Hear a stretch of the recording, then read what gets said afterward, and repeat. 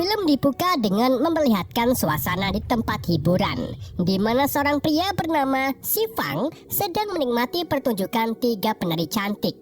Namun saat terus-terusan disawang, mulai terlihat keanehan, terutama setelah salah satu penari mencoba menyerangnya.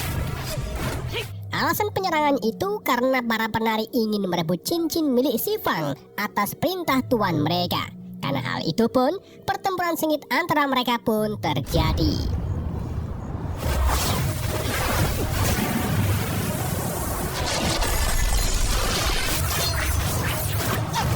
Untungnya, kemampuan Si Fang ini tidak bisa diragukan lagi.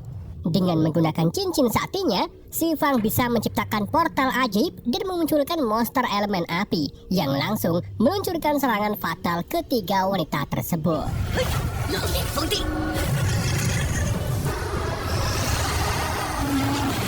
Di waktu yang sama, seorang pria bernama Tao muncul dan dengan mudahnya mematahkan serangan dari si monster.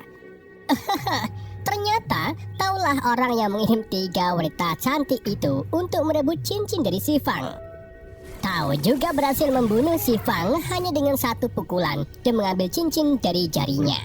Terlihat, di jari-jari Tao sudah terkumpul 4 cincin dari 5 elemen cincin yang ia kumpulkan dari dulu.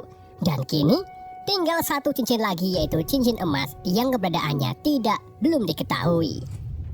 Rupa-rupanya, Tao ini sangat berambisi untuk mengumpulkan kelima cincin tersebut. Dengan begitu, ia bisa mendapat kekuatan besar untuk menguasai dunia.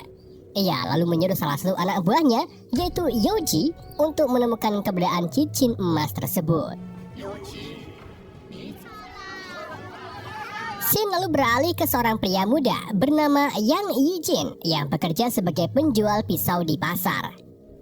Setiap hari, Yijin didampingi asistennya yang bernama Pangde. Sambil jualan, Yijin terlihat tertarik pada gadis penjual jeruk yaitu Aju. Yijin lalu mencoba mendekati Aju dengan memberinya sayuran segar. Namun Aju menolaknya karena ia lebih suka ditransfer duit. Di waktu yang sama, seorang pria bernama Gao Ge tiba di pasar bersama para anak buahnya. Mereka adalah preman yang ditugaskan oleh aparat desa untuk memungut biaya pajak dari para pedagang yang berjualan di pasar.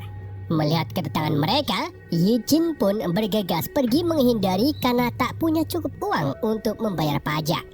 Para preman itu pun bergegas mengejar Yijin dan mengepungnya. Bahkan, Goge juga melemparkan kapak ke arah Yijin yang mencoba melarikan diri. Tapi tiba-tiba, kapak itu tak mengenai Yijin dan mental ke arah yang lain. Goge dan anak buahnya pun tercengang melihat kejadian tersebut, sedangkan Yijin menggunakan kesempatan itu untuk segera melarikan diri.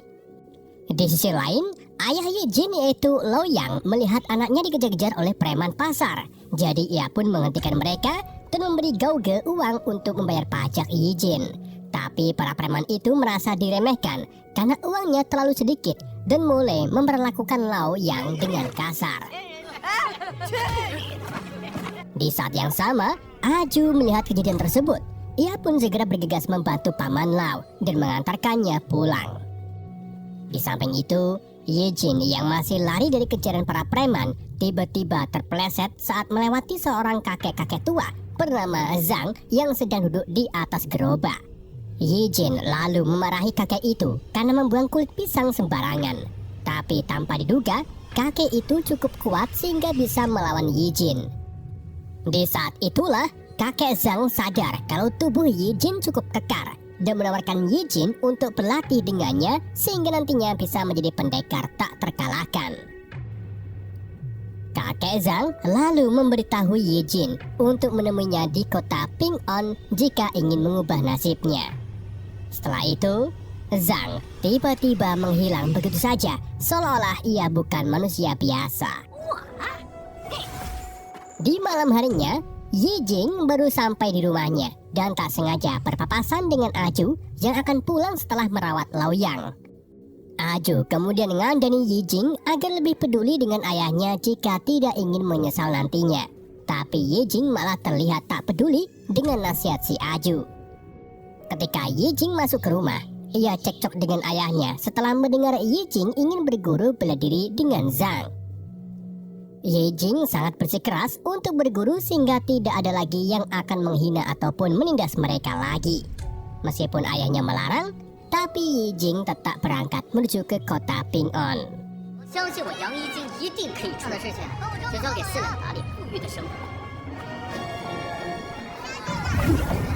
Setelah perjalanan panjang, Ye Jin akhirnya tiba di kota Ping'an dan mulai pencarian untuk menemukan Zhang.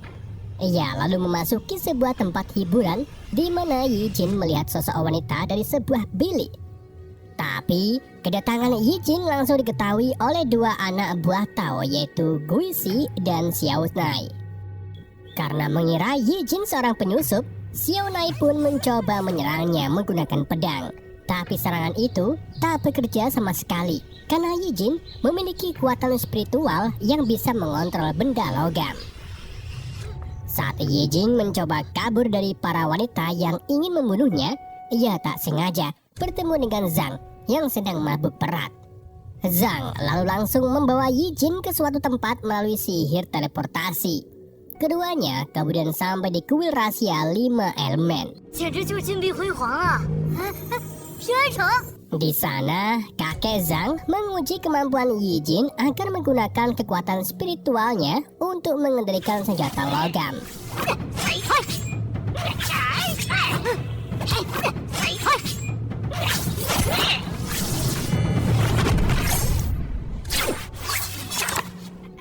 Setelah melihat kemampuan Ye Jin, kakek Zhang pun memberinya cincin emas dan menegaskan kalau ia diterima menjadi muridnya dengan satu syarat, yaitu Ye Jin harus melindungi cincin tersebut agar tidak direbut oleh orang yang menggunakan kekuatannya untuk hal-hal jahat. Kakek Zhang juga memberitahu Ye Jin tentang Tao yang sudah mengumpulkan 4 dari 5 cincin elemen yang rencananya akan digunakan untuk menguasai dunia dan memusnahkan manusia. Di sini, Ye Jin segera mengembalikan cincin emasnya karena sadar dirinya tidak bisa melawan Tao yang merupakan master bela diri tingkat tinggi.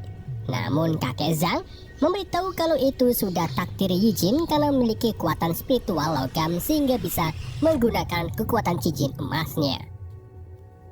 Di waktu yang sama, 3 anak buah Tao tiba dan berniat merebut cincin emas dari tangan Ye Jin. Sehingga pertempuran sengit pun di antara kedua pun tak bisa dihindari.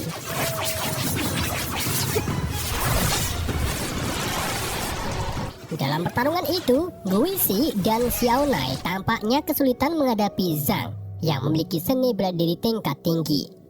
Di samping itu, saat Yoji sedang bertarung dengan Ye Jin, ia malah salfok ke pergelangan tangan Zhang yang memiliki sebuah tanda. Sedangkan Guisi menggunakan kesempatan itu untuk menyerang Yoji. Hal itu dilakukan karena Guisi memiliki dendam pribadi dengan Yoji yang menjadi murid favorit masternya. Guisi lalu lanjut menyerang Ye Jin dari atas menggunakan kekuatan apinya. Yoji kemudian memanfaatkan kekuatan teleportasinya untuk menyelamatkan Ye Jin, sehingga mereka bisa melarikan diri darinya. Tapi tanpa disadari, Yoji mengalami luka serius. Jadi Ye Jin membawanya dan berinisiatif untuk merawatnya sampai Yoji pulih sepenuhnya. Keesokan harinya, Yoji akhirnya terbangun dan melihat Ye Jin yang sedang berlatih menggunakan kekuatan cincin emasnya. Yoji lalu memperingati Ye Jin agar hati-hati agar tidak merusak bunga teratai hitam yang tumbuh di kolam ikan. Karena bunga teratai hitam itu adalah tanaman yang memiliki kekuatan spiritual yang luar biasa. Tak hanya itu, bunga tanaman tersebut juga hanya mekar setiap 60 tahun sekali. Yojin kemudian meminta Ye Jin untuk menyerahkan cincin emasnya. Tapi Ye Jin enggan memberinya kecuali jika Yoji bersedia mengajarinya cara berteleportasi. Yoji pun sepakat mengajari Ye Jin berteleportasi. Tapi saat Ye Jin sudah menguasai ilmu tersebut, ia malah pergi meninggalkan Yojin dan kembali ke desanya. Sebelum Ye Jin pulang ke rumah, ia membeli gelang dan baju baru yang didapatkan dari biji emas yang ia ambil dari bunga teratai hitam. Sementara itu, Guisi serta Xiaonai menemui Tao dan menceritakan tentang Yaoji yang berkhianat karena kabur bersama pria pemilik cincin emas.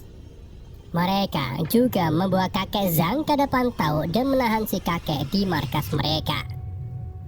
Tao lalu menyuruh Guisi dan Xiaonai untuk melacak keberadaan Yojin dan menangkapnya. Tak lama setelah perintah itu, keduanya berhasil menemukan Yoji dan memulai pertarungan sengit. Tapi karena kondisi Yoji belum sembuh total, jadi ia pun tak bisa berkutik saat Xiaonai meluncurkan serangan menggunakan teknik pamungkasnya.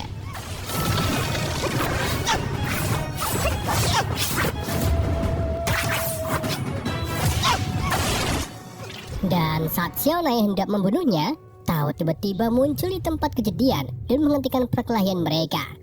Tao pun mengungkapkan kecewanya kepada Yoji karena sudah mengkhianatinya. Alhasil, Xiaoji ditahan di markas. Sedangkan Guisi dan Xiaonai kembali ditugaskan untuk menangkap Yijin dan merebut cincin emasnya. Di tempat lain, Yijin yang baru saja tiba di rumahnya dan sangat terkejut melihat keadaan ayahnya yang terbaring sakit. Aju mengatakan kalau Lao Yang sakit tak lama setelah Yijin pergi dari rumah tanpa pamit. Yijin kemudian memerintahkan asistennya untuk mencari tabib terbaik di kota yang bisa menyembuhkan ayahnya dan tak peduli berapapun biayanya. Tak hanya itu, Yijin juga memberi sebagian biji emasnya ke Aju agar ia tidak lagi berusaha payah berjualan jeruk. Tapi Aju menolaknya dan mengingatkan Yijin kalau yang paling penting di dunia bukanlah harta, melainkan cinta. Di sisi lain, Guisi dan Xiaonai berhasil melacak keberadaan Yijin. Keduanya pun tiba di rumah Yijin dan langsung melancarkan serangannya ke Aju dan Pangde yang kebetulan sekali ada di sana. Setelah itu, mereka menjadikan Aju serta Pangde sandra, sehingga Yijin bersedia menyerahkan cincin emasnya. Meskipun begitu, Yijin memilih untuk tak menyerahkan cincinnya karena ia sudah berjanji ke kakek Zhang. Lalu, saat Xiaonai ingin menyerang, tiba-tiba beberapa pisau terbang ke arahnya dan membunuh Xiaonai. Ternyata, pisau-pisau itu bukan dikendalikan oleh Yijin, melainkan ayahnya yaitu Lao Yang. Selain Yijin, Lao Yang juga memiliki kekuatan untuk mengontrol logam. Lao Yang lalu membantu pertarungan Yijin melawan Guisi dan berhasil memocokkannya. Akan tetapi, Tao tiba-tiba muncul menggunakan kekuatan akarnya untuk membunuh Lao Yang, Aju, serta Pangde tepat di depan Yijin. Sementara itu, kakek Zhang menyadari bahaya yang sedang dihadapi oleh Yijin. Ia meminta Yoji untuk menggabungkan kekuatannya sehingga mereka bisa membebaskan diri dari akar tanaman yang mengikat mereka. Di samping itu, saat Tao ingin merebut cincin emas dari Yijin, kakek Zhang tiba-tiba muncul dan membawa Yijin menggunakan jurus teleportasinya. Ternyata, kakek Zhang membawa Yijin ke tempat Yojin, di mana ia menyuruh Yijin untuk kembali ke masa lalu menggunakan kekuatan spiritual dari bunga teratai hitam.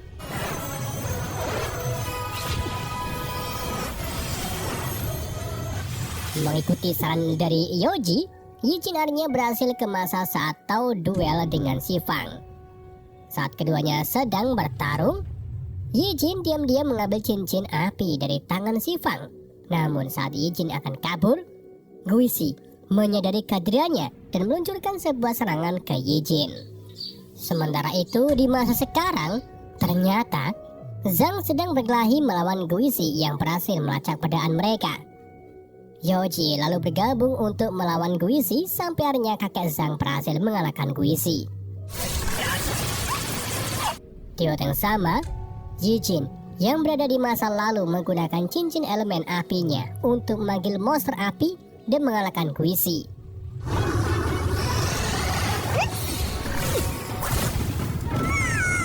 Setelah mengambil cincin api serta mengalahkan Guisi, Yijin pun kembali ke masa depan, di mana ia terkejut melihat Zhang yang sudah tak berdaya kan diserang oleh Tao.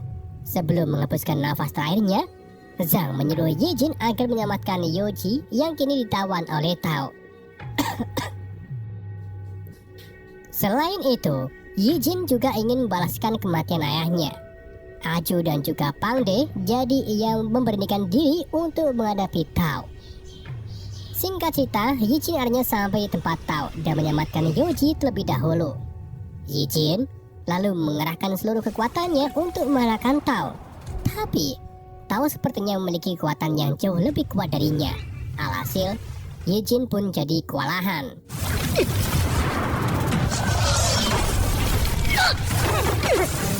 Bersama dengan itu, seorang laki-laki tua tiba-tiba datang dan membantu Yi Jin melawan Tao dengan menggabungkan kekuatan mereka. Setelah pertarungan sengit itu, Tao pun berhasil dikalahkan. Yi Jin juga tak lupa untuk mengucapkan terima kasih ke laki tua itu karena sudah membantunya. Tapi Yi Jin terlihat terkejut saat melihat laki-laki tua itu ternyata dirinya sendiri yang datang dari masa depan. Jadi, ia pun memutuskan untuk menyerahkan kelima cincin elemen ke dirinya di masa depan. Hal itu dilakukan agar kelima cincin itu disegel sehingga tak ada orang yang akan menggunakan kekuatan cincin itu untuk kejahatan. Film pun berakhir.